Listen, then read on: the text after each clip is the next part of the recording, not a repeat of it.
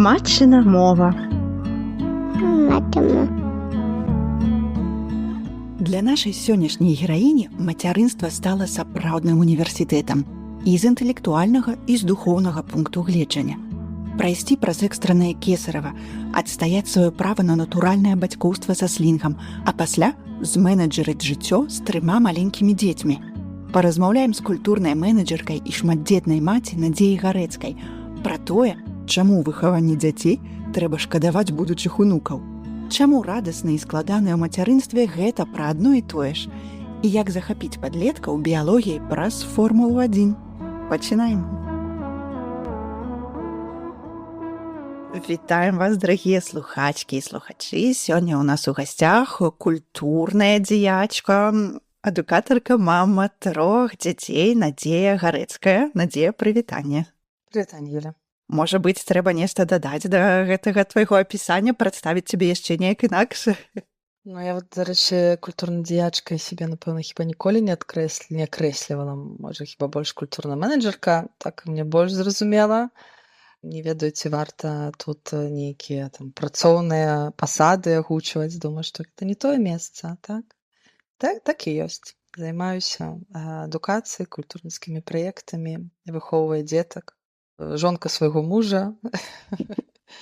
На дадзены момант жыву ў Вільні. Раскажы, калі ласка, з каго сёння складаецца твая сям'я? Ну, наша маленькая сям'я, гэта мы з мужам і 3 дзетак, у нас старэйшы сын і 2 дочак. Сыну старэйшаму наш 13 год, сярэдняя вось-вось споўніцца 12 і малодшай 9. Марым зараз завесці марскіх свінак, калі будуць, то далучым іх так сваю сям'ю. Ну і, канешне, ёсць вялікая сям'я, дзе ёсць бабулі, дзядулі, браты, там, дзядзі, цёці. Вось тут. Але мы сёння размаўляем, так разумею, пра нашу такую блізкую сям'ю. Пра маленькую сям'ю, асабліва пра дзяцей і пра досвед мацярынства таксама. Я хацела спачатку цябе запытацца пра то, як ногул табе даўся гэты досвед цяжарнасці родаў і цяжарнасцей. Зараз, канешне, гэта ўсё спамінаецца як нейкі такі сплашны доўгі сон. У меня не былі лёгкія цяжарнасці, скажам так, але не магу сказаць, што вельмі пакутліва. Ведаю, што бываюць нашмат цяжэйшыя сітуацыі. То бок кожная моя цяжарнасць, на жаль, скончылася аперацыяй, то бок кесаревым сячэннем, прычым ні адно з іх я не хацела самастойна. Так атрымалася, што першая у нас была экстранная, і ўвогуле, пэўна, першы мой дзіцёнак — это вялікі цуд на ножках, который ходзіць вось каля мяне кожны дзень, таму што нават у нас в эпікрізе напісана, што пасля родаў праводзіліся аперацыі па ажыўленню. Вось. І таму у нас была першая экстранная кесарева. Не буду нікога грузіць цяжкімі дыягназамі, што адбылося. Вось, але як ёсць. І пасля гэтага 2 наступныя цяжарнасці яны праходзілі таксама з невялікімі ускладненнямі на фоне там захворвання печані. І ні адну з іх мне не далі нават вось даходзіць да канца. На жаль, кожны раз я вельмі марыла нарадзіць сама, але, відаць, ёсць нейкі іншы план на маё мацярынства. Я ніколі не паспытала вось гэты цуд нараджэння, але пры гэтым я для сябе ўсвядоміла, што прайсці праз кесарева — гэта тыя самыя роды, і доўгі час я адстойвала права, калі мне казалі: ну ты не нараджала, не ведаеш, казаць сабе, што не, я такая ж, я б таксама прайшла праз роды, і я не магу сказаць, што прайсці праз кесарева прасцей, чым праз звычайныя роды. Я думаю, што многія мамы, которые мелі і той досвед, яны са мной пагадзяцца. Так што кожны, хто не змог прайсці натуральны шлях, я думаю, маюць цалкам права казаць, што яны нараджалі. Канешне, і гэта вельмі важна, і вельмі важна падкрэсліць, няма жанчыны, у якой з'явілася дзіця, якая не нараджала. Канешне ж, гэта від роду, і гэта вельмі складана, таму што гэта вельмі складанае аднаўленне арганізму, і ёсць розныя І ў працэсе, канешне, аднаўлення ёсць свае такія асаблівасці, і яны складаныя па-рознаму. І я думаю, што вось тое, пра што ты кажаш, напэўна, мае нейкі такі таксама эмацыйны, маральны адбітак. Напэўна, гэта досыць складана, калі ты там запланавала сабе адзін нейкі шлях і хацела адзін шлях, атрымалася па-іншаму. І да таго ж, калі гэта экстрана, як гэта ўсё эмацыйна і маральна можна пражыць, як ты падтрымлівала сябе, каб неяк змірыцца, можа, з гэтым нават. Скажем так, першы раз, да, я рыхтавалася да родаў, я перачытвала кучу нейкіх даступных на той момант часопісаў, кнігаў, форумы все это перачытала мамскія. Але я трохі раней легла на захаванне, і па стане вось цяжарнасці дактары сказалі, што будзе кесарева. І планавалася планавая кесарева. Для мяне гэта быў пэўны шок. Але, зноў жа, я чалавек, які верыць у Господа, і для мяне тады быў такі шлях пошуку адказу. Я атрымала вельмі такое цікавае адкрыццё. Акурат з кнігі адкрыцця, это апошняя кніга Бібліі, пра жанчыну, якая мелася нарадзіць, а побач з ёй стаяў звер, які хацеў гэта дзіцё паглынуць. Аднак яна нарадзіла, і воды ўнеслі гэтага дзіцёнка, а яе саму перанеслі птушкі. То есть такі вельмі прыгожы вобраз. Я думала, што гэты вобраз вось акурат пра тое, што роды будуць цяжкія, не такія, як я планавала, але ўсё будзе добра. Што дзіцёнак будзе пад аховай. І вот я рыхтавалася ўжо да планавага кесарева. Яно мусіла быць на наступную раніцу, там я паставіла сабе будзільнік там на 5 ці на 5:30, уже не памятаю. А вечарам мне пачаў пацягваць жывот. Так как ўсё ж такі я першыню была цяжарная, я не разумела, што такое схопкі, якія адчуванні жанчына пры гэтым перажывае. Я паклікала, канешне ж, акушэрку. Яна нешта там памацала і сказала: спі, цябе ўсё роўна заўтра кесарева. Канешне, ўжо пасля я разумела, што яна нават не паглядзела мой эпікрыз, дзе было вельмі дакладна сказана, што з такімі асаблівасцямі я нарадзіць сама не змагу. Гэта вельмі небяспечна як для маці, так і для дзіця. Яна не паглядзела, яна не выклікала доктара. Я думаю, можа быць, нейкая такая халатнасць, але я лічу, што это все-таки Божы провід. Я не маю на яе ніякага зла, не трымаю. Вось, і я легла спаць з гэтымі такімі пацягваючымі нейкімі адчуваннямі, і зранку я прачнулася, я памалілася, пачала рыхтавацца. Так, трошкі тут інтымны момант, я пайшла ў прыбіральню і ўбачыла, і от з мяне проста палілася кроў і вада. Прям такімі кавалкамі. Кроў проста з мяне пачала вывальвацца. Ну, канешне, тут уже я падняла ўсіх дзяўчат, хто быў са мной у палаце, яны пачалі там бегаць, клікаць дактароў, і вось меня экстренно завезлі, і я не ведала, што будзе адбывацца, таму што гэта была поўная анестэзія. Да, звычайна пры кесаревым спінальная анестэзія, але тут у гэтай выпадку не было ўжо там магчымасці чакаць. Была поўная анестэзія. Я не ведала, што будзе адбывацца. У меня была, канешне, паніка, бо я бачыла, як дактары бегаюць. Да?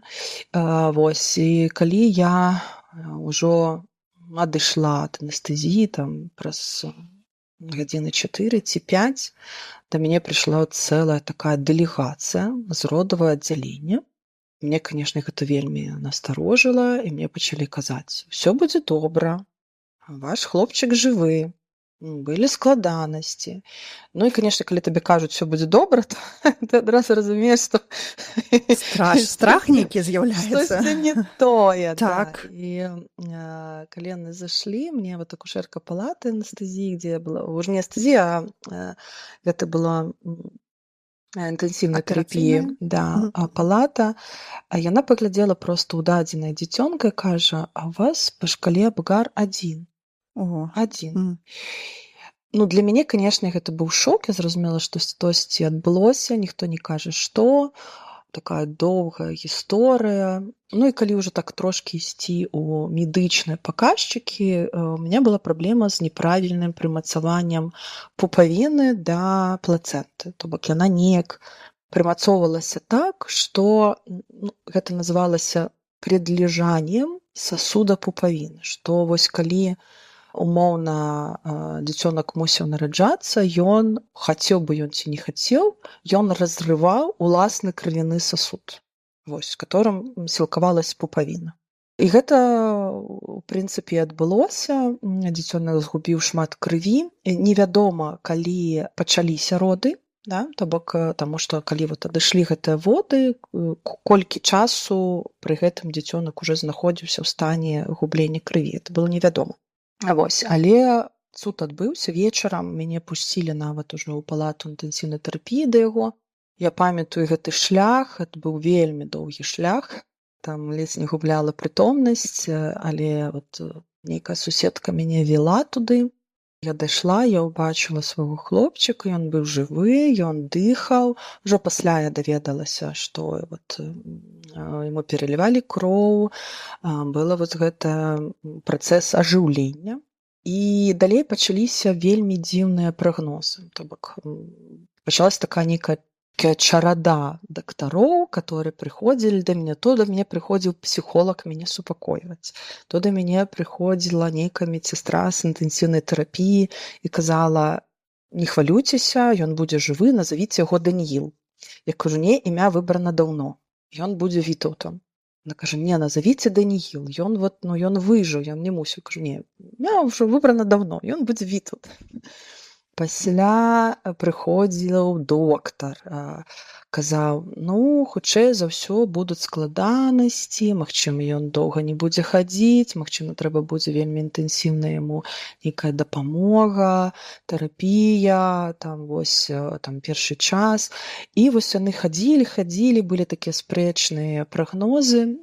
Канешне, ў гэты час уся царква малілася за яго, і меня таксама, вот весь час там Біблія под подушкой лежала. У меня была нейкая такая ўпэўненасць, спамінаючы гэтае прароцтва, што вось як было па прароцтву, так вот оно адбылося. Да, воды ўнеслі майго дзіцёнка, майго сына. Вось, і дзякуй Богу, зараз яму 13 год, і ён вельмі кемлівы, класны, вельмі такі сяброўскі хлопец. Канешне, ёсць пэўныя, можа быць, такія асаблівасці, звязаныя з доўгай гіпаксіяй мозга, которую ён перажыў. Але параўнанні з тымі, скажам так, прагнозамі, якія мне давалі, то у нас все цудоўна. Вось, таму вот гэта гісторыя, канешне, для мяне была вялікім выпрабаваннем, стрэсам, але пры гэтым я бачыла цуд на сваіх вачах. Гэта быў сапраўдны цуд. Вось. І калі ўжо нараджалася другая дзяўчынка, зноў жа там па пэўных паказчыках мне не далі данасіць да канца, уже было планавае кесарева.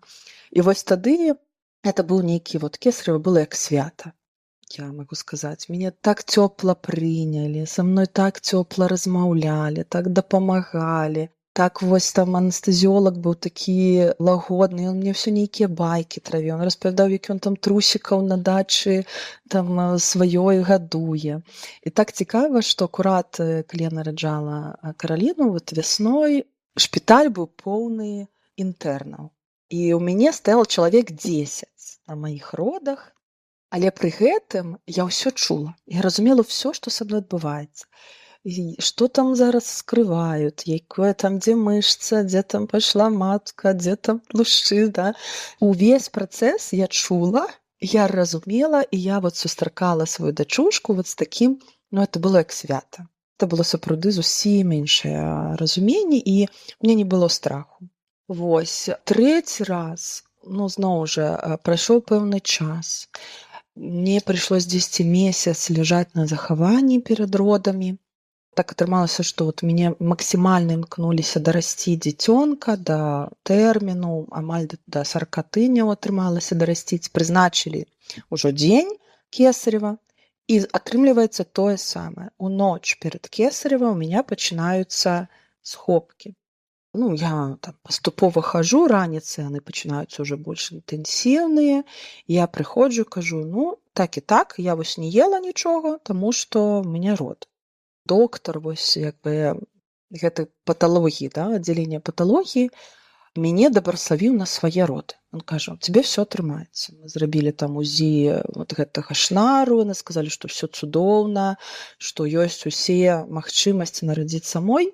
Вось, але я прыйшла ў родавую палату, я была там адна, просто вот, каб разумелі, на все родавае аддзяленне я была адна.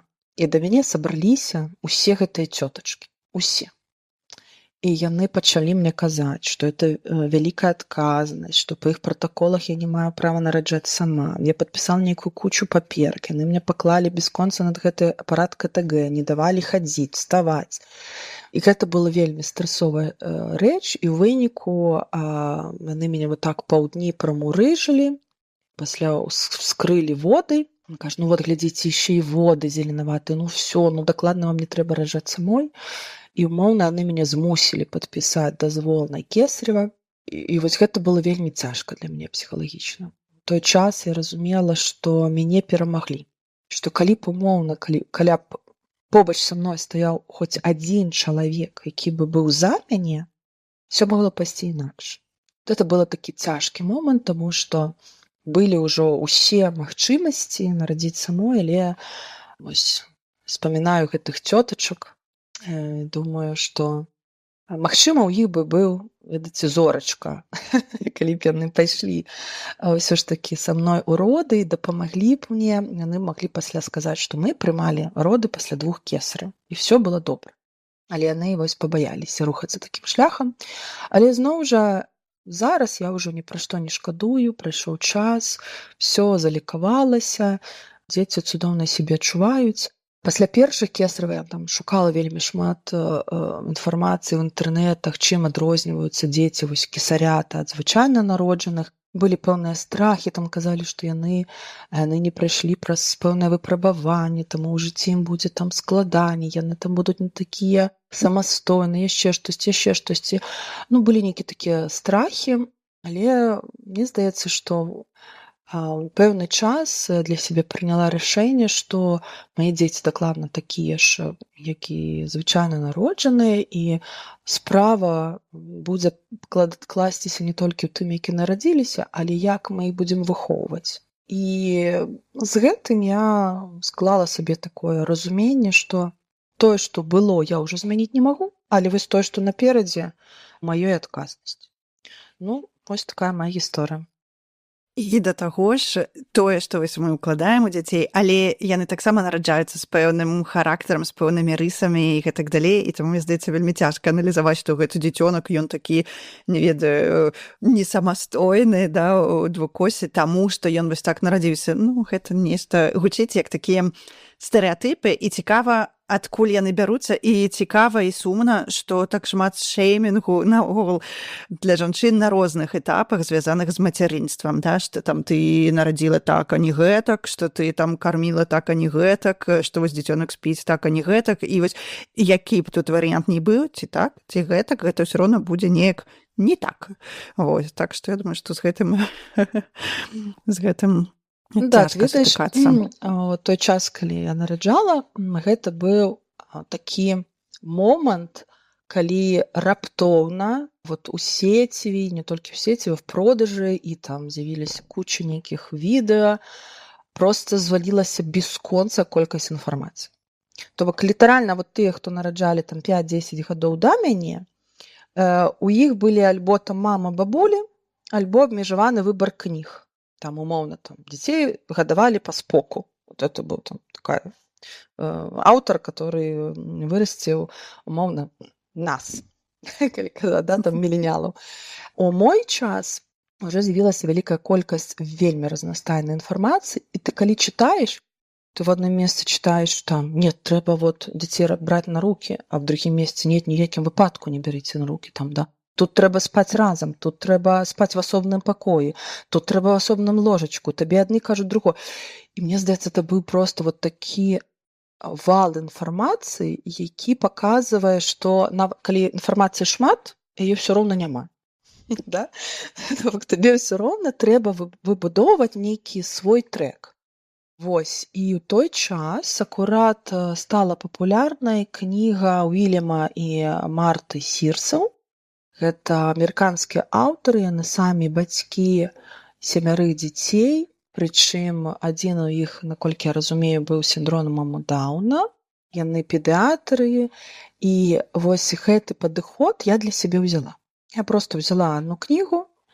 Канешне, ёй трэба было адаптаваць пад нашы рэаліі, таму што там в Амерыцы ёсць нейкія свае асаблівасці, звязаны таксама і з формай дэкрэтнага адпачынку, і з увогуле культурай. Але я ўзяла проста за аснову падыход іх і проста ўсё іншае адкідала.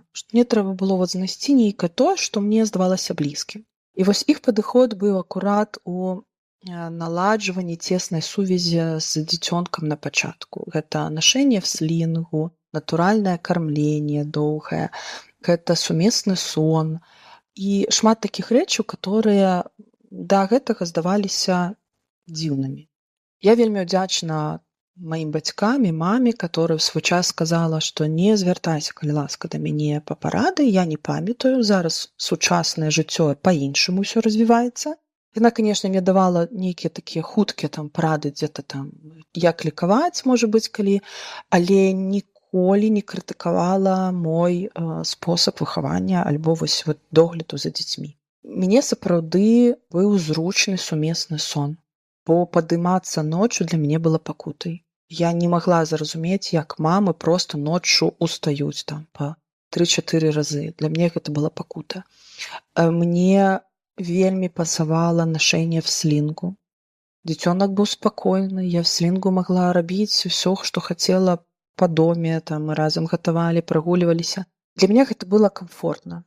І таксама грудное кармленне для мяне было таксама вельмі вялікім дабраславеннем. Мне здаецца, што гэта тое, што дае жанчыне вялікае шчасце, натуральныя гармоны, которые прывальваюць просто верагоднай колькасцю, як бы табе не было складана, ты адчуваеш гэты цуд.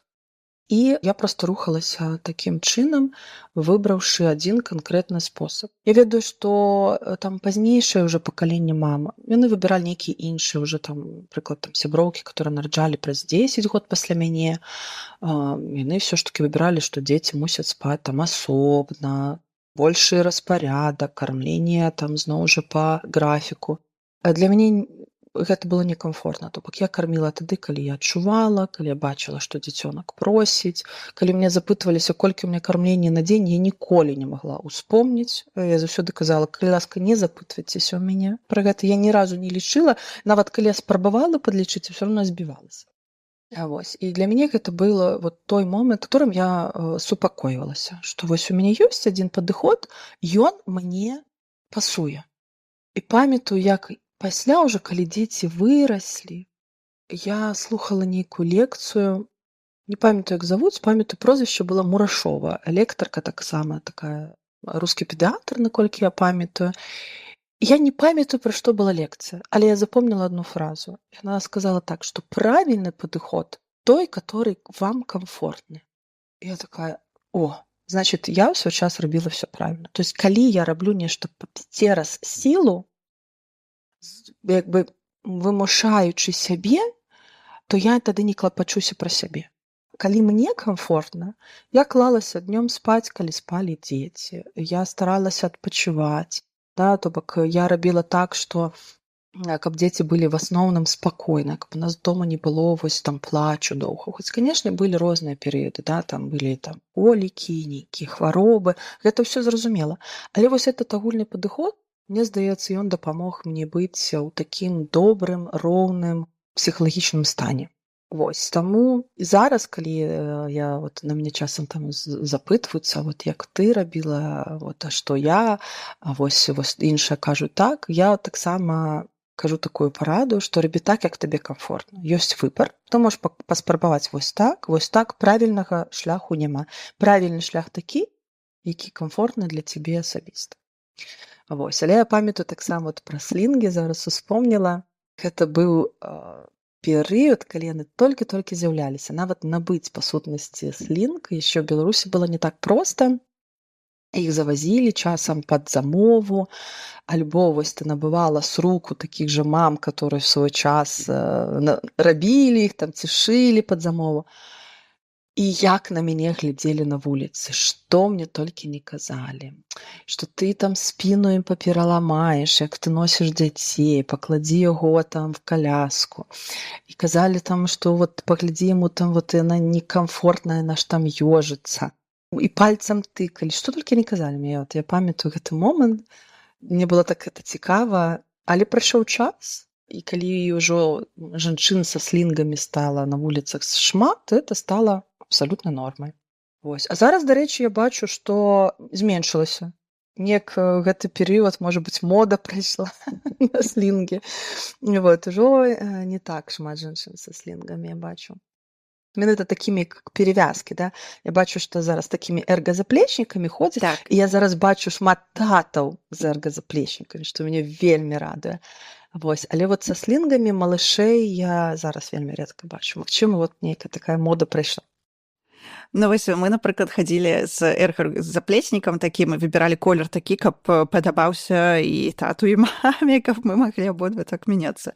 Вось. Слінг, можа быць, ён трошкі цяжэй на тваю спіну, як мамы ці там таты, які носяць. Вось эргазаплечнік, ён больш як бы беражэ спіну бацькоўскую. Мне здаецца, што, дарэчы, гэты эргазаплечнікі, яны проста прагрэс іх ідзе вельмі хутка зараз, а раней яны былі не такія ўжо і эрга, можа быць, вось. І таму раней іх, можа быць, не было. Ну, это так, вось, цікавае назіранне. А я хацела запытацца, як ты рэагавала на вось такія каментары на вуліцы ад незнаёмых людзей, і як ставіцца да гэтага, зразумела, а як рэагаваць, як не пачынаць там змагацца з усімі і за ўсё?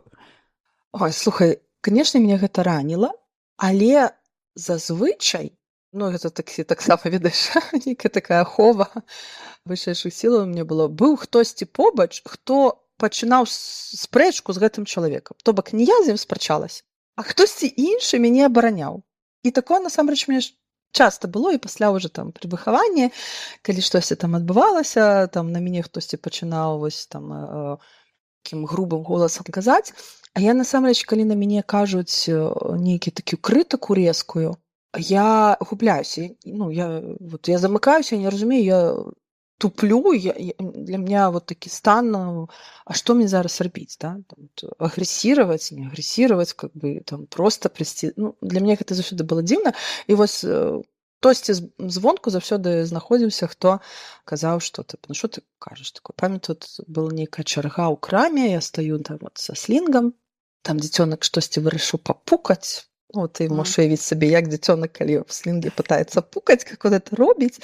Ну, стоіць нейкі дзядок такі, што ты не бачыш, што ёй некамфортна, вось яна там зараз хоча вылезці, штосьці ты прыдумала. Я не паспела нават нічога адказаць, як прадавачка штосьці гэтаму дзядку. Такое сказала, уже нават не памятаю што, но у меня у самой так рот адвіс. Дзядок замаўчаў. Я толькі сказала прадавачцы дзякуй. Вось, і спакойна пайшла.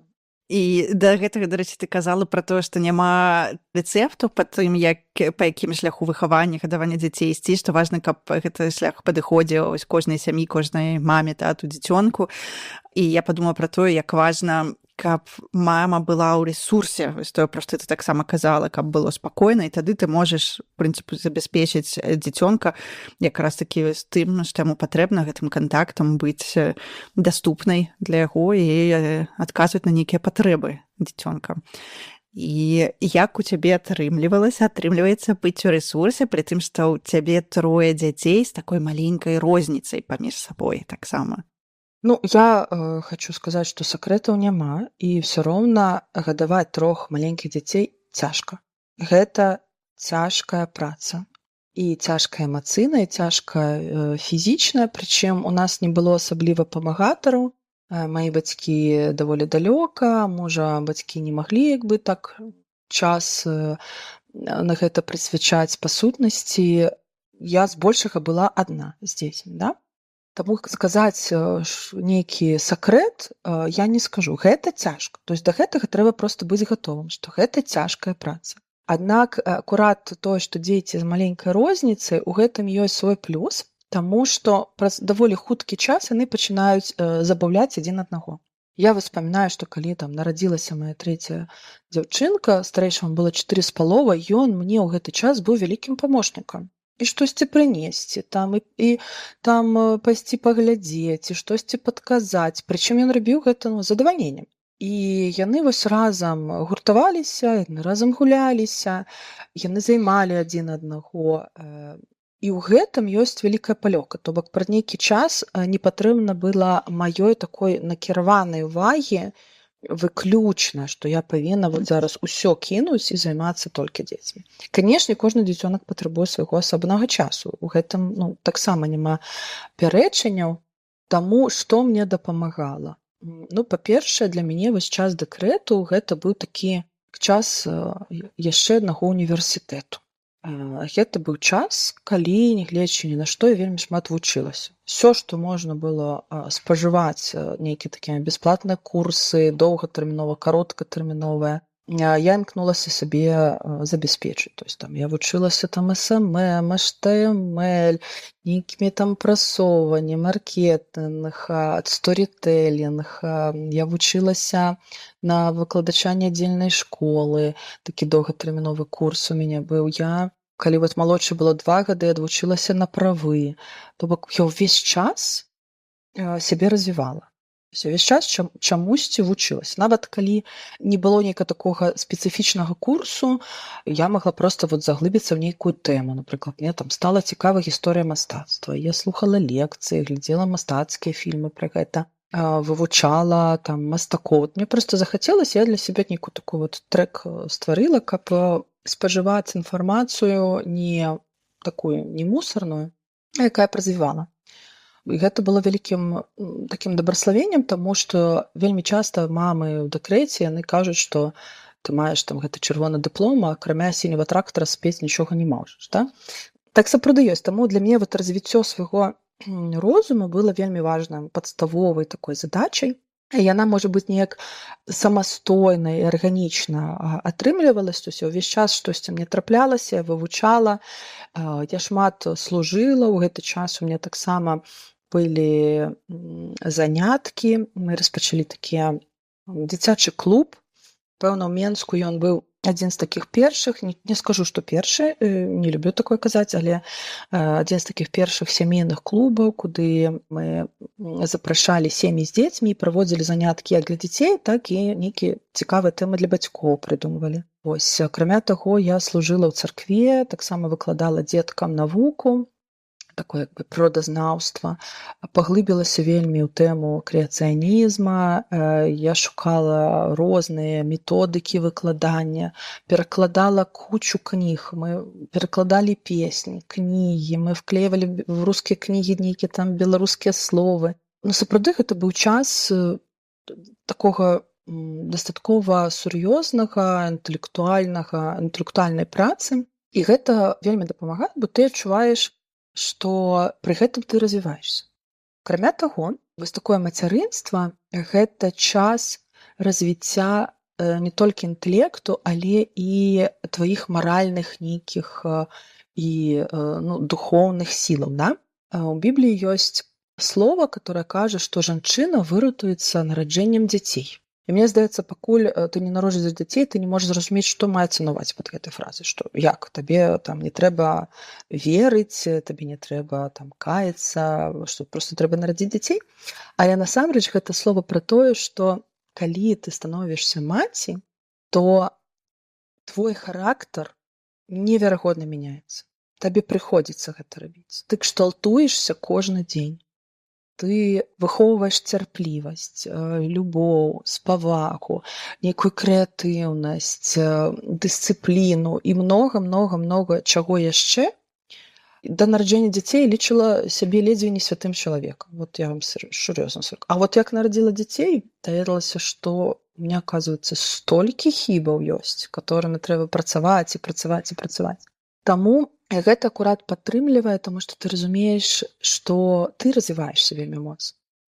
Ты не стаіш на месцы. Нараджэнне дзяцей і выхаванне дзяцей маленькіх – гэта не выкінутыя гады. Гэта вельмі моцны штуршок, наадварот, у удасканаленне. Таму я, напрыклад, раіла бы розным працадаўцам акурат прыглядацца да шматдзетных мамаў.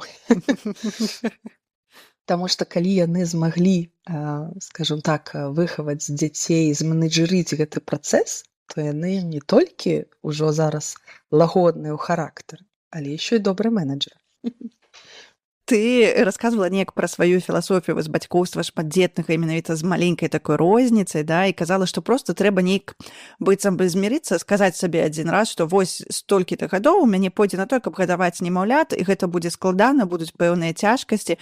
Раскажы, калі ласка, вось пра сваю гэтую філасофію, пра свой падыход і пра тое, што б ты сказала іншым людзям, якія, можа быць, хочуць таксама, але сумняюцца і думаюць, як там лепш маленькая гэта розніца, не маленькая, вось. Расскажи, што ты думаеш пра гэта. Да, тут я скажу, што мне пашанцавала, што я была не першая. Так? Я станавілася маладой маме ў супольнасці вакол хрысціян, да, ў царкве. І перада мной было ўжо шматдзетных мам, которые перадавалі таксама сваю мудрасць. Вось адна маці мне сказала, што ёсць выбар. Ты можаш адзін раз наважыцца і вось нараджаць дзяцей там столькі, колькі ты лічыш, і зразумееш, што гэты пэўны час ты займаешся гадаваннем маленькіх дзяцей. Мы зараз не кажам пра выхаванне, да? То есть гадаваннем немаўлят. Гэты час ты гэтаму прысвячаеш, і ты разумееш, што хутчэй за ўсё ў цябе ў гэты час не будзе там кар'еры, будуць нейкія там пэўныя абмежаванні, там твоё цела будзе мяняцца, там яшчэ што. То есть ты прымаеш гэта рашэнне. Вось гэты пэўны час. Далей гэты час, ён заканчваецца. У прынцыпе, калі дзецям ужо там малодшым 3, 4, 5, да, ты становішся умоўна свабодным чалавекам.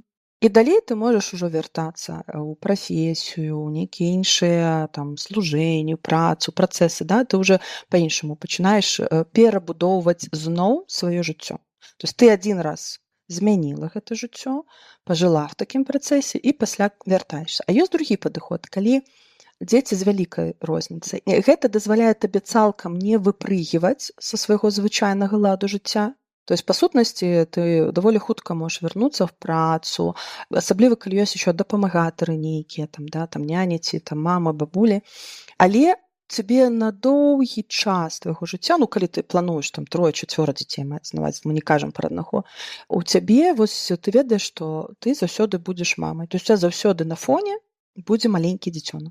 Вось, і для мяне акурат эта маленькая розніца, я не магу сказаць, што мы прям так планавалі. Мы хацелі мінімум 3 дзяцей, мы пра гэта адразу размаўлялі. Я не магу сказаць, што мы планавалі такую маленькую розніцу, оно так склалася, мы прынялі кожную нашу цяжарнасць без як дабраславення.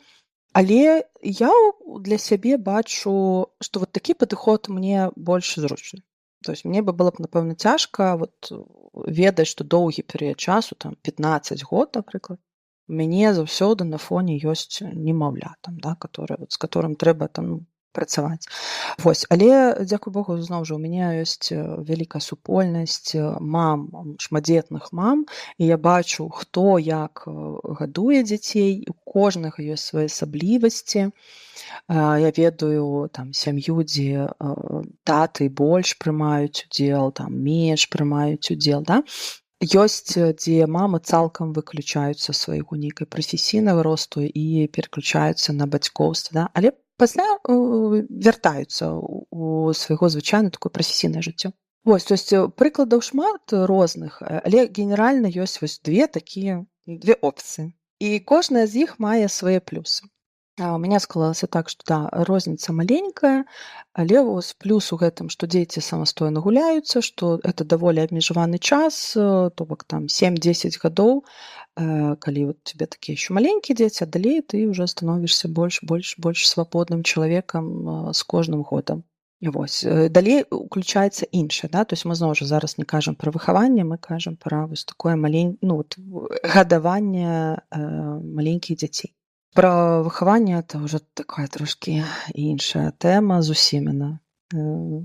Можа быць, пазней трошкі мы закранемся. А што рабіць, калі вось, напрыклад, цябе 3 маленькіх дзяцей, яны ўсе хочуць да цябе на ручкі, а ў цябе дагэтуль жа ўсё ж такі 2 рукі? Я не помню, што я рабіла. Неяк усаживала. Я не памятаю. Ну, конечно, тут важна, каб знаходзіць час пасядзець з кожным паасобку. Тады калі кожны будзе бачыць, што яму дастаткова хапіла, то і як бы такіх сітуацый не будзе вельмі шмат. Але я памятаю нават ужо даволі дарослымі дзецьмі мы неяк падарожнічалі, і вось я там 2 даю руку, а 3 бяжыць нават старэйшы, хоча ўчапіцца таксама, адчуваць, што мама побач, а 3 рукі атрасціць не атрымліваецца. Вось, ну як прыдумалі. Я ўжо зараз такія моманты не успомню. Мне здаецца, што гэта больш такі смешны момант, сямейны, звязаны з вялікай любоўю, вось, з пяшчотай. Гэта не то, што называецца праблема. Я вось заўсёды нешта думаю, што эвалюцыя ўсё ж такі магла б пастарацца болей і дадаць матулям трошкі больш рук, гэта было б практычна. А што бы тады рабілі нашы таты? Я думаю, што абмежаванне рук это вельмі вялікае дабраславенне. Таму што патрабуе тады ўключэння татаў. Раскажы, калі ласка, вось яшчэ ў тваёй мацярынскай філасофіі ты распавядала мне неяк пра сваю тэорыю, пра тое, што тое, чым ты захапляешся падчас цяжарнасці, нейкім чынам перадаецца дзецям. Распавядзі, калі ласка, як ты прыйшла да гэтай думкі, як адбылося ў цябе? Ну, насамрэч, мы яшчэ ў працэсе паглядзім, як будзе далей. Але я гэта заўважыла, што на працягу цяжарнасці з рознымі дзецьмі мяне цікавіла ці захаплялі розныя рэчы. Мовна, там, пры першай цяжарнасці я займалася такой там, інфармацыйнай падтрымкай праекта вялікага фестываля. Я ў той час ладзіла сайт, вучыла HTML, займалася там SMM, ну, такая как бы інфармацыйная дзейнасць, да? Ну і вот как бы мой сын, ён такі таксама больш журналістыку мецец, скажем так, яму это цікава, там абмяркоўваць навіны, вот штосьці звязана з інфармацыяй.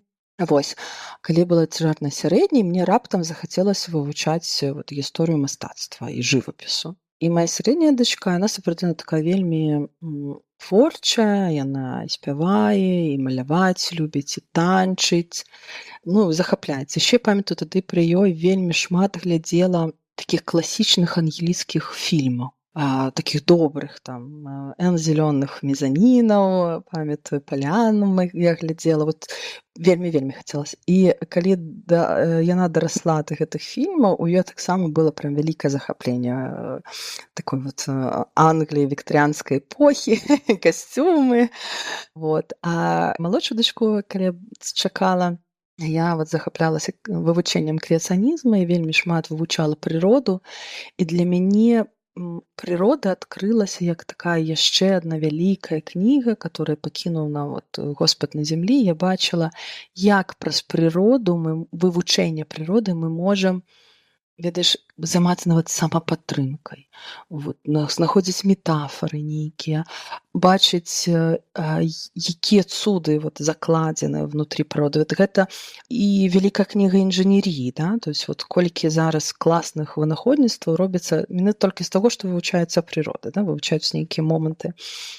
І гэта цуды філасофіі, і цуды вот просто вот штодзённага жыцця. Ты можаш такой жыцейскай мудрасці. Калі ты вывучаеш прыроду, ты гэта ведаеш. І вось моя сярэдняя, яна больш за ўсё сярод усіх маіх дзяцей любіць прыроду. Вот яна бегала маленькая, як эта птушачка называецца, як эта дрэўка называецца. Для мяне это было такі вот алей на маю душу, таму што ўсім астатнім я спрабавала гэта расказваць, і ім было абсалютна нецікава. І тут вот яна бегае такая, ой, моя дачушачка, моя дачушачка.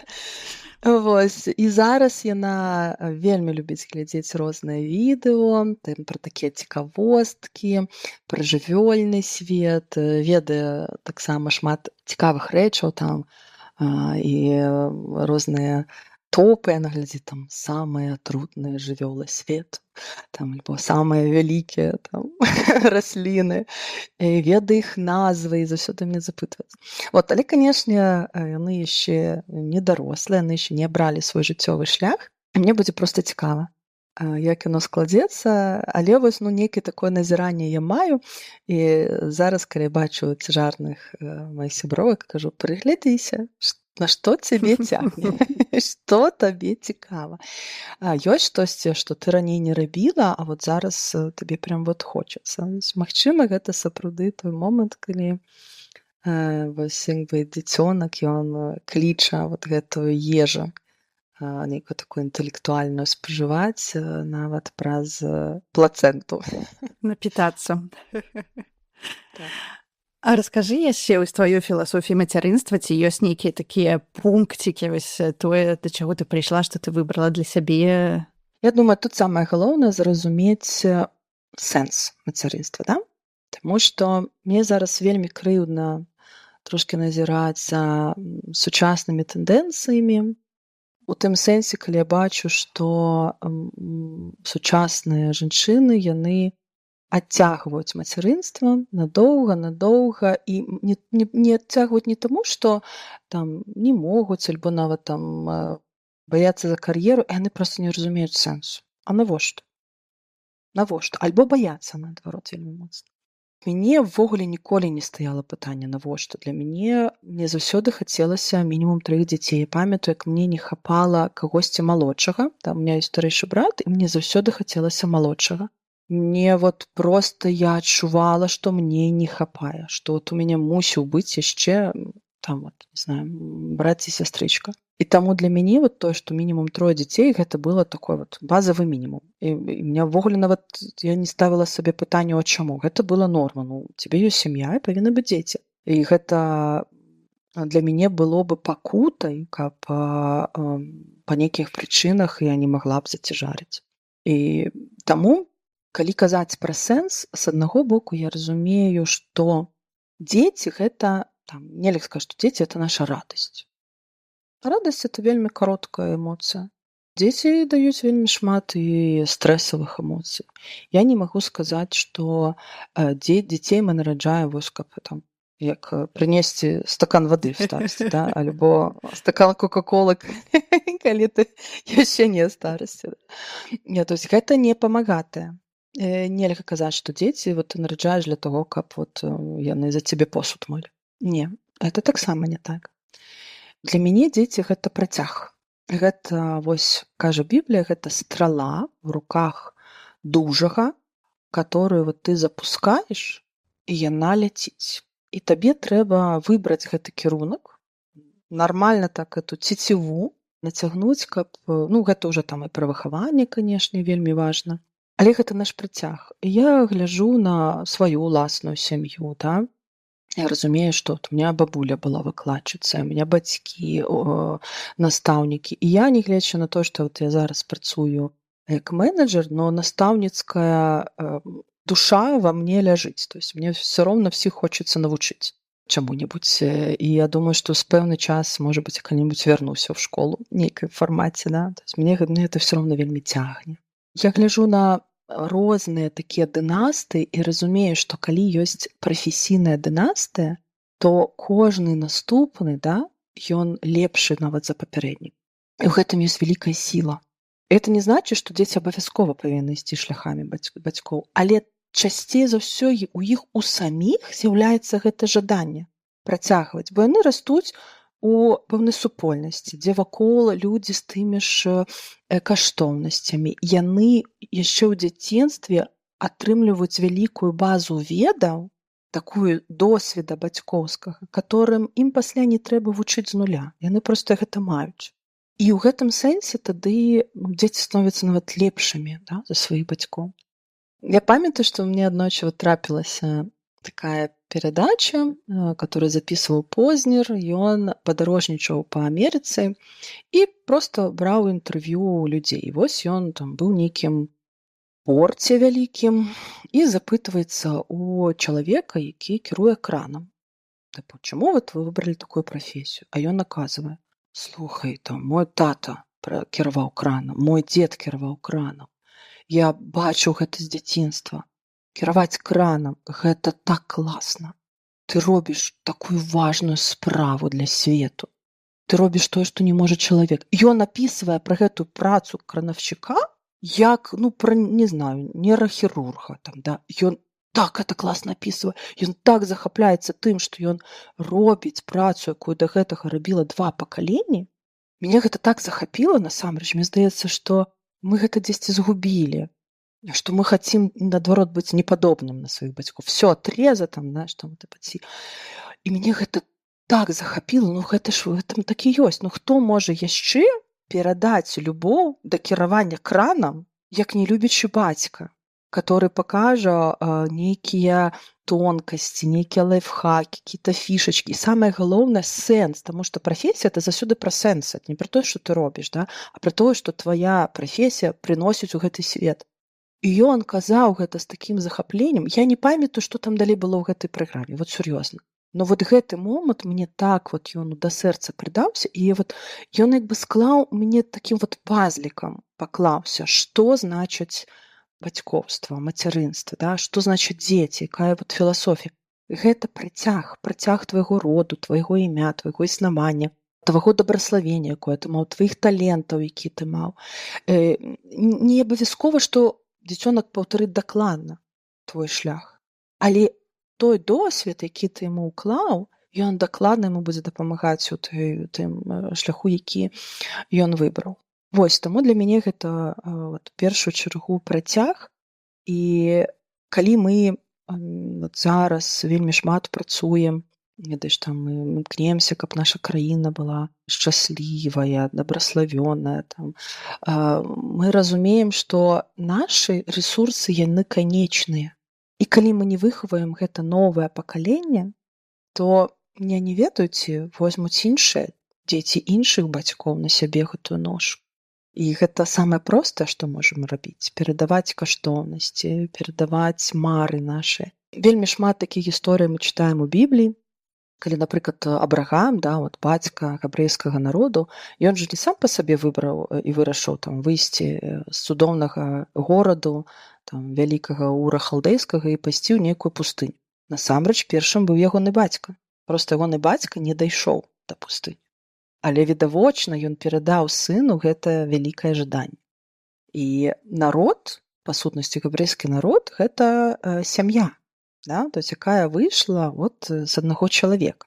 І такім чынам, калі мы думаем пра дзяцей не з пункту гледжання, што гэта дасць мне, а калі мы думаем пра дзяцей як вялікая працяг свой, вот гэтай геаметрычнай прагрэсіі, думаючы пра нашых унукаў, праўнукаў, там пра праўнукаў, то тады і сэнс становіцца зразумела. Да? Не шкадуй сябе, шкадуй сваіх унукаў. Вось, у сваім выхаванні, калі ты выхоўваеш дзяцей, пашкадуй сваіх унукаў. Чула недавно одну такую класную лекцыю ці пропаведь, дзе пастор, ён, значит, выйшаў да моладзі і кажа, хто любіць сваіх унукаў? А там, ну, моладзь сидзіць, у них еще дзяцей няма, і все такі хі-хі-хі-хі-хі. Да? Ён кажа, а вы любіце іх уже зараз, сваіх унукаў. Таму што калі вы будзеце любіць сваіх унукаў, для вас не будзе пытання, вот, як выхоўваць сваіх дзяцей. Гэта вельмі моцна і натхняльна.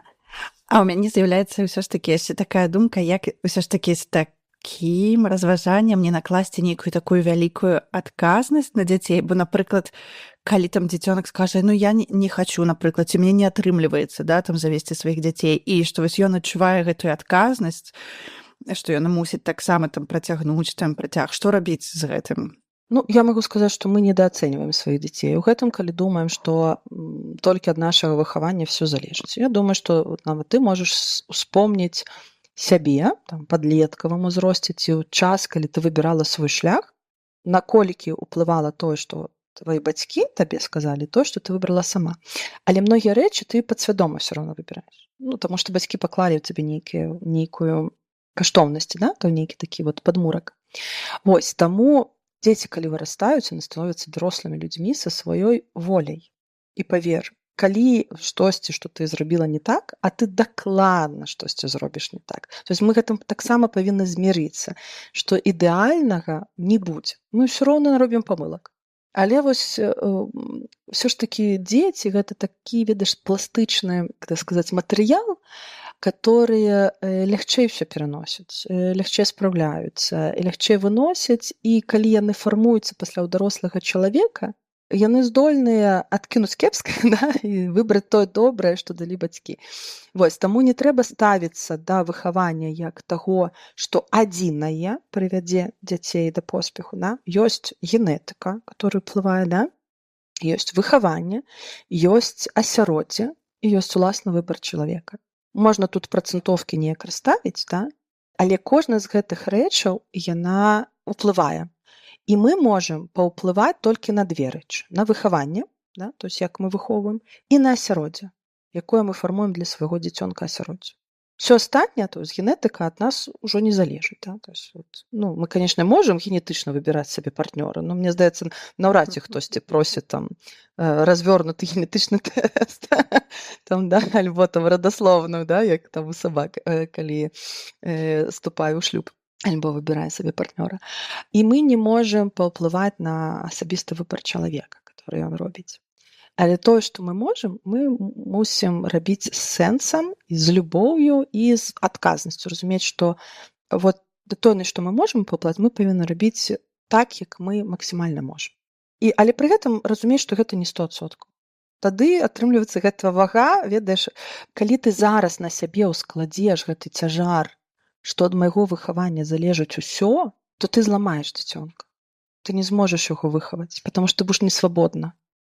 Ты будзеш знаходзіцца ў такім страху, што ты сама будзеш в страху, і дзеці будуць в страху. Ну так, і будзе нейкі стрэс для іх, так? Канешне, свабода — гэта тады, калі ты разумееш, дзе твая адказнасць, а дзе яго ўласны выбар, да? То есть, што вот я раблю, што магу, але я прыму яго рашэнне. Так, і ў гэтым, здаецца, вельмі вялікая такая бацькоўская мацярынская мудрасць, таму што нашы дзеці могуць быць вельмі непадобныя да нас, да, і, можа быць, нас там накладваюцца нейкія думкі, што там нам хочацца лепшую будучыню, такую, як мы яе сабе ўяўляем, так?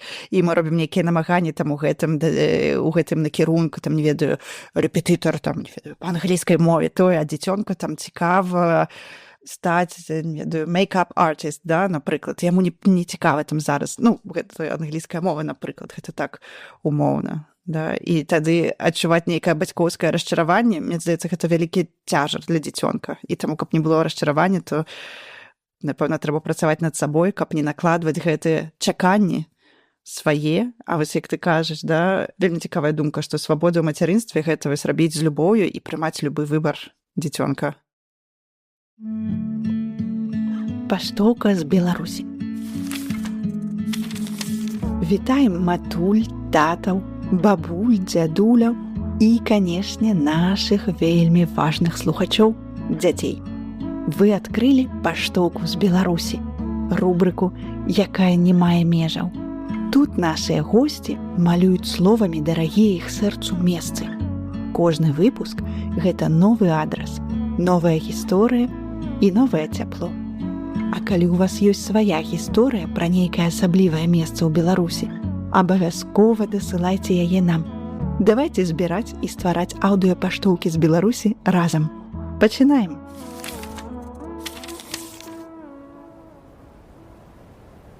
Сёння мы адкрываем паштоўку з Беларусі ад сапраўднай Homo Creator, чалавека ствараючага, і мамы Ханны Мурайда. Яна распавядзе нам пра сваю альма-матэр, Беларускую акадэмію мастацтваў. Ды так маляўніча, што заплюшчы вочы, ды адчуеш пах фарбаў і вясёлы творчы студэнцкі гоман. Адкрываем разам.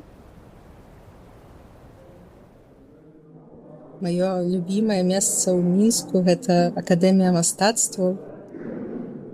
Самае лепшае там — гэта пах.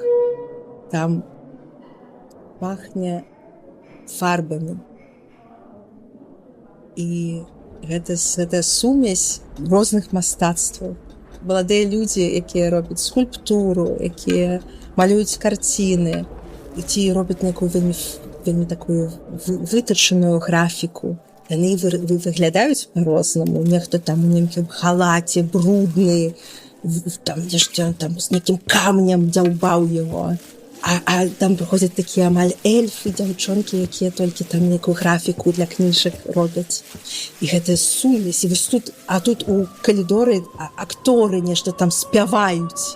І гэта адбываецца у адзін і той жа час, у тым жа будынку, і гэты пах фарбы да гэтага.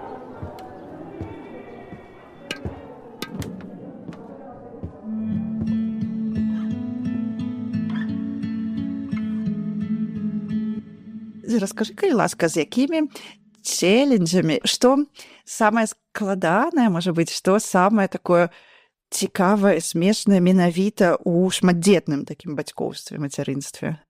Цікава і смешна. Цікава і смешна.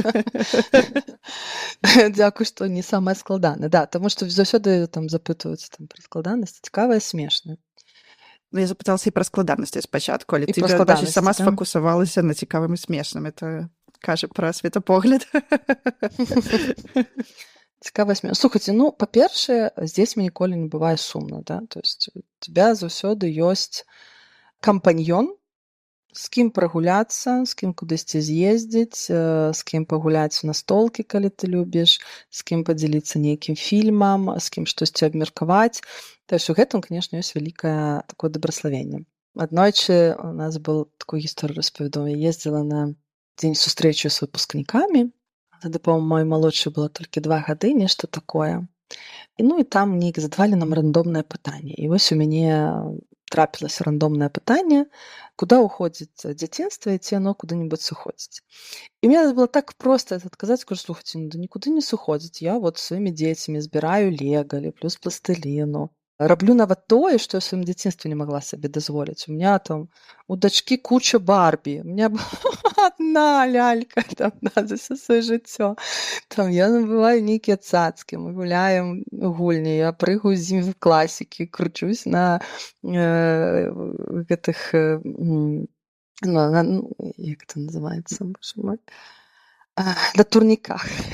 На турніках з імі кручуся, да? То бок, вот, моё дзяцінства нікуды не сышло. Зараз дзеці трохі ўжо падраслі, і ў нас таксама класны час. Мы робім тое, што, можа быць, таксама не хапіла ў дзяцінства. Мы вельмі шмат ездзім на розныя пікнікі, на выезды, мы шмат гуляем па горадзе, ездзім на нейкія экскурсіі, вандроўкі.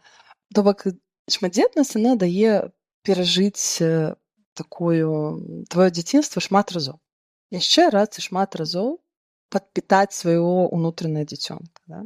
Як шмат кажу, што это вельмі важна падпітваць. І рабіць гэта не натуральным чынам даволі складана. Там, вот, цяжка уявіць, што проста нейкая там цётачка пашла сама сабе прыгаць в класікі. Да? Хаця Вось. чаму б і не здаецца, але Да, весялей, гэта канечне, разам. складана. Ну, згадзіся, это складана Да. псіхалагічна. Да, вот пайсці папрыгаць в класікі. Ну, а калі ты прыгаеш в класікі разам з дзіцёнкам, ніхто цябе не асудзіць. Все гэта яшчэ натуральна. парадуюцца. Да. І Да. гэта натуральна, да. То есть ты перажываеш шмат разоў яшчэ раз сваё дзяцінства. Цябе ёсць магчымасць перажыць нейкія свае таксама траўмы, нейкія болі, пераасэнсаваць шмат разоў. А складанасць заключаецца ў тым жа самым, што ў цябе няма магчымасці пабыць адным. Да? То есть у цябе мала магчымасці. Да? У цябе заўсёды ёсць кампаньён. Яна нікуды не дзенецца. Тебе ўвесь час трэба быць з людзьмі. І мне часам, здаецца, бывае такі складаны час, думаю, вот я прыйшла там з працы, дзе шмат размаўляла, тут пасля з дзецьмі зделаць урокі. А пасля, канешне, мужу трэба там надзяліць час, он просто пасядзі са мной. І я сижу, думаю, божачкі, як я, інтраверт, которому так цяжка знаходзіць вот сілы для камунікацыі, вляпалась в шматдзетнасць. Вось, але тут, канешне, важна таксама проста сабе знайсці гэты час на адзіноту. Я зараз вот выбраць для сябе такі шлях, як басейн альбо прагулкі. Гэта такі легальны спосаб вот, сысці на 2 гадзіны з дома, ведаць, што ў гэты час у цябе нічога не адбудзецца, там ніхто не памрэ за гэты час, да? Але ты знаходзішся ў гэты час адзін. У самоце, са сваімі думкамі, у цябе ёсць гэты час на нешта прадумаць. Вось, што датычна смешных, слухайце, настолькі колькі дзеці прыдумваюць перлаў, да? Ну, дарослыя не здольны. Смяяцца заўсёды ёсць пра што. Заўсёды ёсць за чым захапляцца, таму што таксама дзіцячая філасофія, она бывае такая нечакана глыбокая. А яшчэ класна, знаеце, што чытаць дзіцячыя кнігі. Это таксама легальны спосаб вернуцца, каб пачытаць дзіцячыя кнігі. Я ўвогуле за вот это там 10 год такого паглыбленага мацярынства вельмі шмат мы перачыталі з дзецьмі кніг, літаратуры. І я цяпер мне не цікава чытаць дарослую. Мне здаецца, што вся дарослая літаратура такая паверхневая. Да, літаратары гуляюць з формамі, там прыдумаюць нейкія сюжэты, але тыя ж самыя сэнсы, проста перакладаючы з адной паліцы на другую. А бывае, што сэнсу ўвогуле няма. Проста там вот нейкая літаратура. І мне вот, мне зусім стала нецікава чытаць дарослую літаратуру, а вот пачытаць з дзецьмі дзіцячую, хорошых аўтараў, которые ўмеюць вельмі простымі словамі паказаць вельмі глыбокія ісціны. Вось гэта каштоўна. Да. Я вот раю дарослым чытаць дзіцячую літаратуру. А што з твайго такога апошняга прачытанага дзіцячага ты можаш параіць? Слухай, то, што мяне вельмі ўразіла, это, здаецца, в мінулым годзе выйшаў беларускі пераклад Паляны. Мы з вялікім задавальненнем прачыталі з дзецьмі. Там вельмі класная мова, вельмі цудоўны сапраўды пераклад. І я чытала дзецям услых, а пасля яны там па чарзе ўжо самі чыталі, бралі эту кнігу, і мы глядзелі фільмы пасля яшчэ ўсе. Нягледзячы на тое, што там я чытала гэта, напэўна, і ў дзяцінстве, і глядзела таксама фільмы, вось калі чытаеш, мы разам там і плакалі, і ўсё. Для мяне гэта вельмі, вельмі глыбокая ўсё ж такі таксама кніга пра ўменне радавацца ў самыя цяжкія часы, пра тое, як радасць маленькага чалавека змяняе свет вакол. А, напэўна, калі казаць увогуле пра такія любімыя дзіцячыя кніжкі, адна з маіх любімых проста кніг, которые я сама набыла для сябе, так скажу, уже пасля чытала дзецям. Гэта Надзеі Ясмінскай «Пацеркі і кроплі». Гэта проста неверагодны кладзес мудрасці. Напісана ад дзіцячага імя. Проста можна закрыцца і плакаць, успамінаючы сваё дзяцінства, карміць свайго вот этого ўнутранага дзіцёнка. Вельмі люблю ўвогуле Надзею Ясмінскай, многа кніг у нас ёсць, і дзеці вельмі любяць яе як аўтарку, яе творы, таму што у яе сапраўды вот гэта цудоўная якасць укласці ў 1,5 старонкі тэксту глыбокі сэнс. І больш не трэба там 600 сторонок, огромныя тамы. Вот, за 1,5 сторонкі можна сказаць вялікую глыбокую ісціну, которую дзеці будуць памятаць і которая будзе фармаваць іх сэрца. А ці ёсць у цябе нешта любімае з гэтай кніжкі? Я вось зараз падумала, што мы маглі б, можа быць, нават прачытаць нейкі ўрывак. Не падумала папрасіць цябе пра гэтых загадзя, дарэчы, трэба было б. «Пацеркі і кроплі»? Ой, там вельмі шмат класна. Я вот, напэўна, самая моя любимая была это пра шампунь для думак. Там хлопчык, ён кажа, вот, чаму ёсць шампунь для валасоў, а няма шампуня для думак. Слухай, это так класна. Мне патрэбны шампунь для думак. Вот честно. Вот каб просто вот вымываць усялякі бруд, страх, какие-то тревоги. Это же гениально. Так. Давайте разом придумаем шампунь для думак. І вось. Далей я ўжо не буду зараз успамінаць, трэба, конечно, пагартаць, але вот гэта, напэўна, такая найяскравейшая думка, которая мне вельмі падабаецца. Дарэчы, мы пераходзім да гэтай тэмы беларускамоўнага кантэнту для дзяцей, для бацькоў, для таго, што ты можаш параіць. І вось тут, напэўна, дзве тэмы пераплятаюцца. Ўсё ж такі гэта таксама твае праекты, якія ты рабіла сама для дзяцей, для бацькоў. Можа быць, ты можаш трошкі больш пра іх расказаць, як яны ўзніклі, што ты рабіла дакладна, як яны жывуць зараз, гэтыя праекты. І пра тое, што ты можаш параіць наогул бацькам і дзецям. Гэта могу задаць пасля. Давай спачатку пра твае. Да, тут важна зразумець, што пакуль у цябе маленькія дзеці, у цябе ёсць вялікі імпэт займацца дзіцячымі праектамі. Пасля, на жаль, калі дзеці вырастаюць, то яно натуральным чынам заканчваецца. Да? То есть з тых, чым мы займаліся, мы з маёй сваячніцай рабілі такі сямейны клуб, ён праіснаваў 1,5 гады, мы зрабілі, можа быць, там 10-12 сустрэч для дзяцей і бацькоў беларускамоўных, займаліся з дзецьмі, пасля быў асобны час, калі мы абмяркоўвалі нейкія тэмы з бацькамі, і ведаю, што многія бацькі, сем'і з тых часоў яны вельмі натхніліся, і хтосьці сам пачаў штосьці падобнае рабіць. Да? Адна дзяўчына, натхніўшыся нашым імпэтам, нават адкрыла дзіцячы садок беларускамоўны.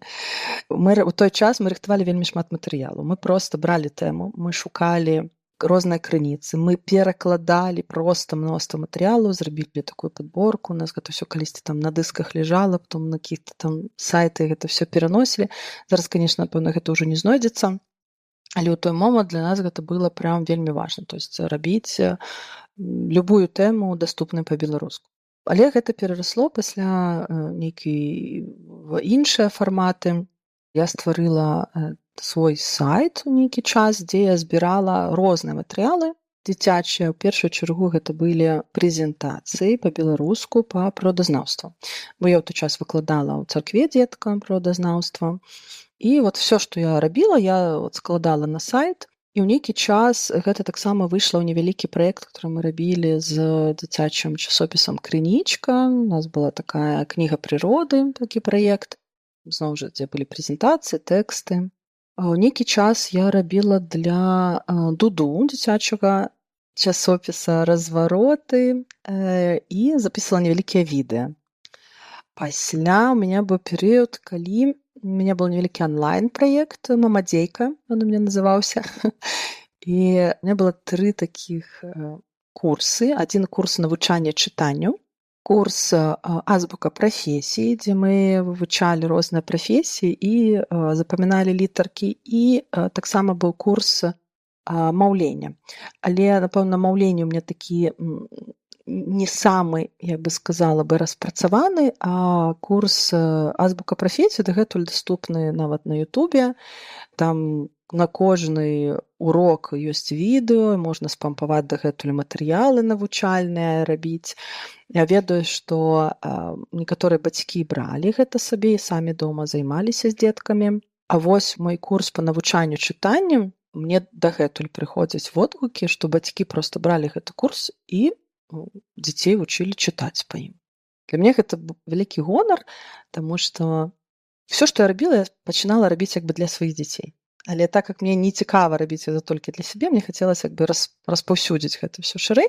Вось, калі я пачынала курс навучання чытання онлайн, я сама нават не верыла, што ўрэшце дзеці змогуць чытаць. Але на дзіва, усе, хто са мной прыйшоў гэты курс, яны за 5 месяцаў, атрымліваецца, вучыліся чытаць і рабілі гэта з лёгкасцю, з задавальненнем. Пры гэтым, зноў жа, я адзначу, што у мяне няма педагагічнай адукацыі, это все гены.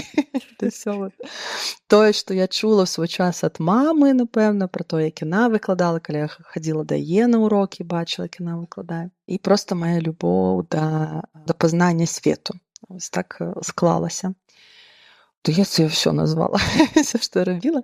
Вось. То есть я выкладала ў свой час там падрыхтоўчым класе, выкладала дзеткам прыродазнаўства ў розных, выкладала геаграфію, біялогію.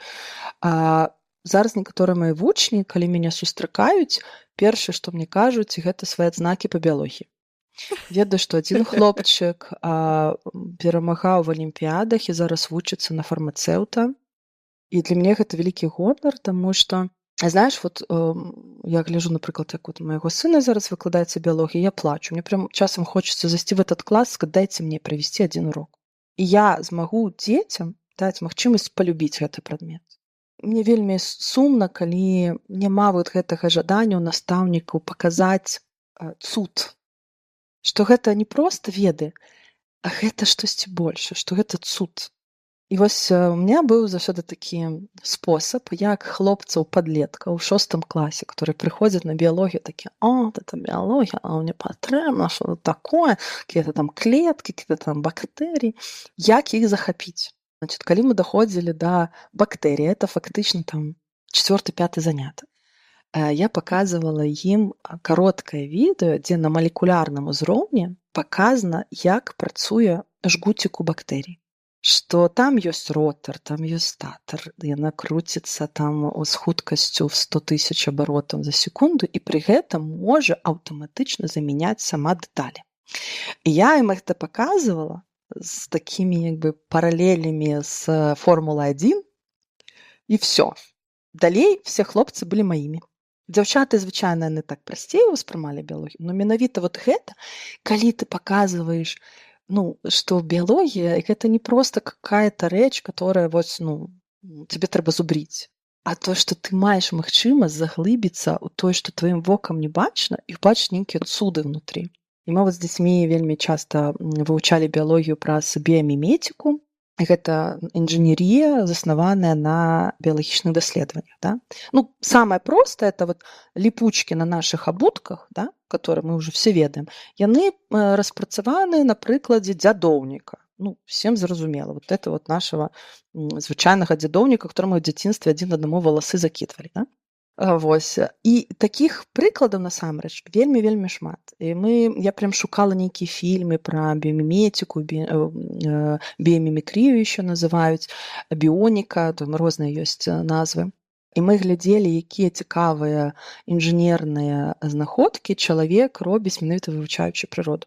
І такім чынам, як бы, вот у дзяцей знаходзілася вот гэта жаданне рухацца далей, вывучаць гэты прадмет. І зараз, калі у меня сын прыходзіць і кажа там что-то, что вот ему там не так растлумачили, мне хочется плакать, вот серьезно. Мне часам бывает, что все, вот заберу всех со школы, сяду, буду сама их вучыць. Ну, але з іншого боку, ну, трэба даць магчымасць іншым настаўнікам, да, як бы паспрабаваць свае сілы.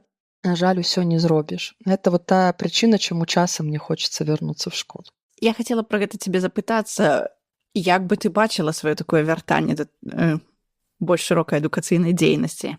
Ці як бы ты марыла? Пра што ты марыш у гэтым Ой, накірунку? слухай, калі мы кажам пра мары, такія глыбокія, да, у меня ёсць мара вельмі класнай школы. Нават такой, которая была, может быть, не пачатковая, больш падлеткавага ўзроста, каб там 6 там, до 9-10 класа. У такім фармаце, знаеш, праектнай дзейнасці, дзе ўсе прадметы звязаны між сабой. Гэта такая больш фінская мадэль, але не цалкам, бо ёсць такая сваё трошкі бачанне, практычна арыентаванае вельмі. Але, канешне, я марыла б гэта зрабіць у Беларусі. Я не ведаю, як складзецца, але вот гэта думка ў мяне у сэрцы ёсць. У меня нават ёсць там распрацаваныя праграмы нават, которые я не смогла свой час ажыццявіць. Вот на такую праектную дзейнасць. Я недавно нешта іх знайшла, пагартала, такая, ну, гениальна ж, ну. А зараз з магчымасцямі штучнага інтэлекта гэта можна зрабіць, гэтыя праграмы яшчэ больш звязанымі, таму што я памятаю, як я распрацоўвала, я там паклала была праграму беларускай школы, потом там какие-то свои думкі, там что-то там руками складывала. Конечно, ну, нават зараз там со штучным інтэлектам это можна зрабіць больш дасканала, распрацаваць эту праграму больш дасканала. Вось, это мне ў сэрцы ёсць. Я часам вот пра гэта думаю, часам я пра гэта малюся, але пакуль я не разумею, ці варта пра гэта думаць, знаходзячыся ў выгнанні. Вось. Ну і крыўдна, канешне, што хутчэй за ўсё маі дзеці на гэта не паспеюць. Наўрад ці. Не ведаю. Ну вот такая у меня ёсць такая думка, таму зараз, калі я працую у культурніцкай сферы, для мяне все веды, якія я набываю, увесь досвед, все нейкія практычныя ўменні, я так складываю сваю капілачку, так тыпу, гэта на будучыню. Я не толькі зараз вот гэта раблю, я вот на будучыню сабе кладу. Ты ведаеш, можа быць, гэта якраз такі ёсць гэты праект, дзе ты ўжо думаеш пра сваіх унукаў. Так што можна не сумаваць, што, можа, твае дзеці на гэта не трапяць, бо вырастуць хутчэй. Гэта можна закласці трошкі і на потым. Тады ёсць больш часу. Дзякуй, так. Тобой размаўлялі таксама пра тое, як важна даць дзецям гэтае асяроддзе, атачэнне, прынамсі ў тым узросце, калі мы яшчэ можам неяк яго ствараць для іх, бо з нейкага моманту яны будуць ствараць яго самі. І як гэта атрымліваецца ў вас, у сям'і, стварыць гэтае атачэнне вакол дзяцей, стварыць беларускае такое культурнае поле вакол іх? Ну, тут вельмі важна самім бацькам сябраваць. То бок, каб у бацькоў былі сябры з дзецьмі. І тады дзеці пачынаюць сябраваць з маленькага ўзросту і фармаваць вот між сабой сувязі. Канешне, калі мы вот так вот резка пераехалі, для ўсіх быў вялікі стрэс. І тут для мяне дабраславеннем было, што у мужа вельмі шмат сяброў, ён сам па сабе такі вельмі адкрыты чалавек. Мы вельмі хутка знайшлі нейкае асяроддзе, у дзяцей з'явіліся сябры новыя. Таму што, мне здаецца, аддаваць сяброўства і пошук сяброў на, скажем так, цалкам на рашэнне дзяцей, гэта трошкі недальнабачна. Да? То есть я маю на ўвазе, што бацькі павінны дапамагчы дзецям знайсці сяброў у тым атачэнні, у тым асяроддзі, якія падзяляюць агульныя каштоўнасці, бачанне. Таксама, канешне, вялікая у нас добраславень, што у нас ёсць царква. І, прынцыпе, ў любы горад, куды мы не прыедзем, ёсць царква, дзе будуць людзі з падобным менталітэтам, каштоўнасцямі, бачаннямі. І вот калі сям'я пачынае сябраваць з іншай сям'ёй, то дзеці між сабой таксама пачынаюць завадзіць стасункі. Складанасці пачынаюцца тады, калі, канешне, вот дзеці пераходзяць нейкае новае асяроддзе. Умоўна, яны паступаюць у каледж, ідуць нейкія там спартыўныя секцыі, да? І нам здаецца, што гэта не ўплывае, не моцна ўплывае, але насамрэч менавіта вот там адбываецца гэта праверка на каштоўнасці, як дзеці выбіраюць. Мяне вельмі радуе часам, калі вось неяк з маёй дачушкай размаўлялі, і кажу: вось чаму ты там з гэтай дзяўчынкай больш не размаўляеш? Яна кажа: мама, я вельмі шмат разоў спрабавала, але яна вот увесь час нешта крыўдзіцца, ставіць нейкія умовы. Ты ведаеш, я зразумела, што мне цяжка. І яна вот лёгка змагла, можа быць, у гэтым ёсць таксама нейкая дзіцячая мудрасць, пераключыцца і знайсці тое атачэнне, з каторымі ёй каштоўнасна лёгка.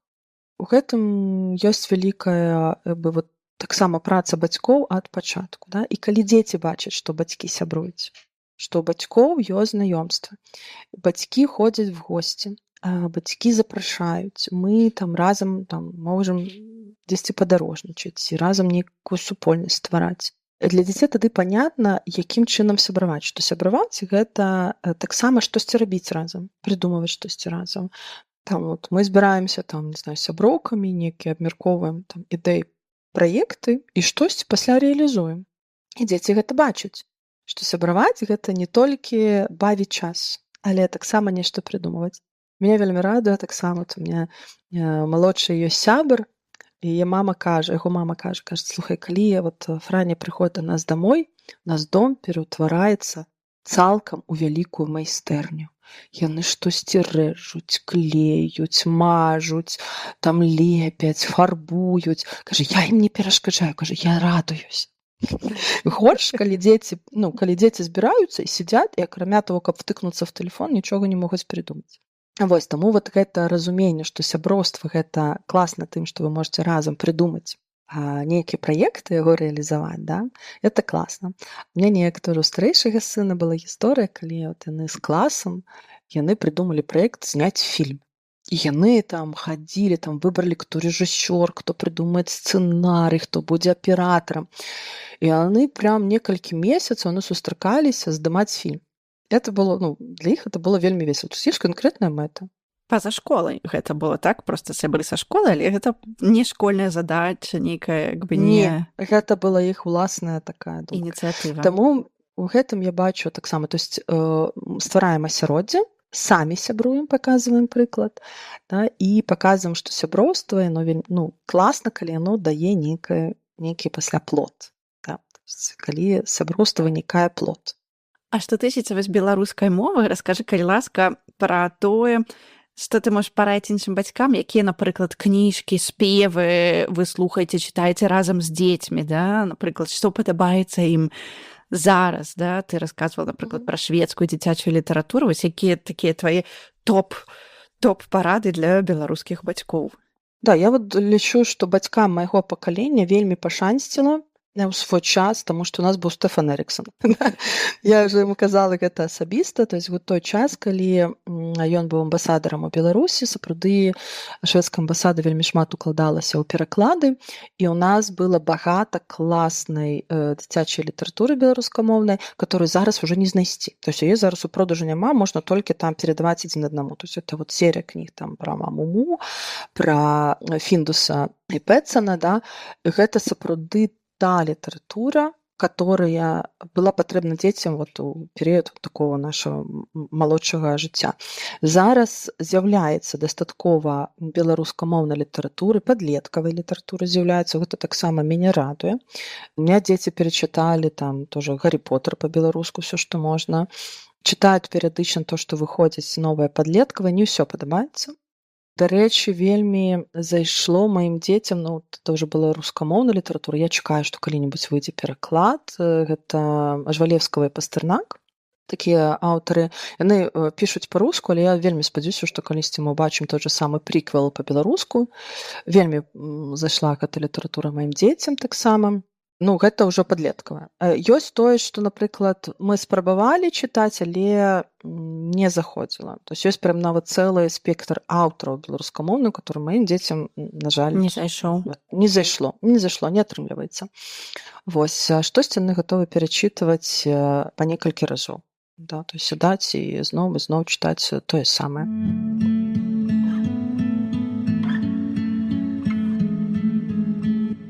Хацела запытацца, ці з твайго дзяцінства ў цябе ёсць нейкае такое беларускае слова, можа быць, якое ты чула, якое табе запомнілася нечым з твайго дзяцінства? Здохлік бессмяротны. Я памятаю, што я была вельмі худая. І мне часам так казалі. Вот такое нешта першае, што успомнілася. Да. Ну, гэта такое дзіўнае, шчыра кажучы, пытанне, да, мне трэба над ім падумаць, але ёсць нейкія, канешне, такія словы ад бабуляў, которые там толькі ад іх чула, нават тое самае там лета, сёлета, пазалетась, толькі ад бабуляў я гэта чула, і мне вельмі падабаліся гэта словы такія простыя, ёмкія, так хутка апісваюць сітуацыю. Вось, штосьці яшчэ такое. Ну, мне здаецца, вот ўжо здыхліка хопіць. А якімі ласкавымі беларускімі словамі ты называеш дзяцей? Ой, у нас у розных, ну, дзяцей какие-то такія імянушкі, там, бубачка. Канешне, мы спрабуем просто імёны в розных фарматах просто фармаваць. То есть у нас Францішка, там, і Фрэнсіс, і Франя, і Франачка, і Франа, і Нюся, і Францюля. Так мы её не называем. Ну, самое короткое — это Нюся. Ніхто не разумее, як так здарылася, но так называем. Малышы просто мы часам кажам. Зайчики. О, да, дарэчы, зайчики.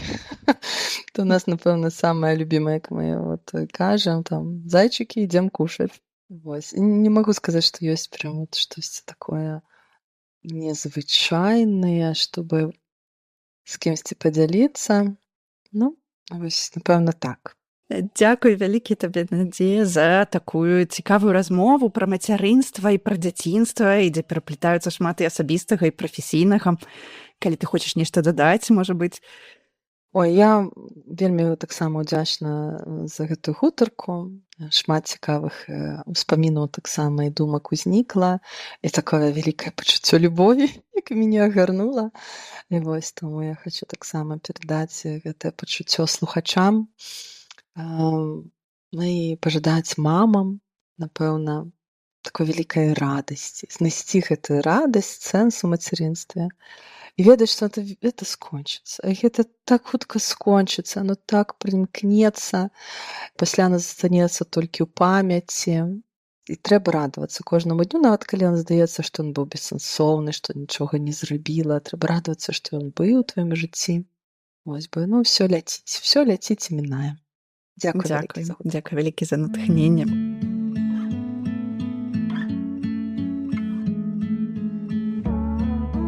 Матчына мова. Матчына.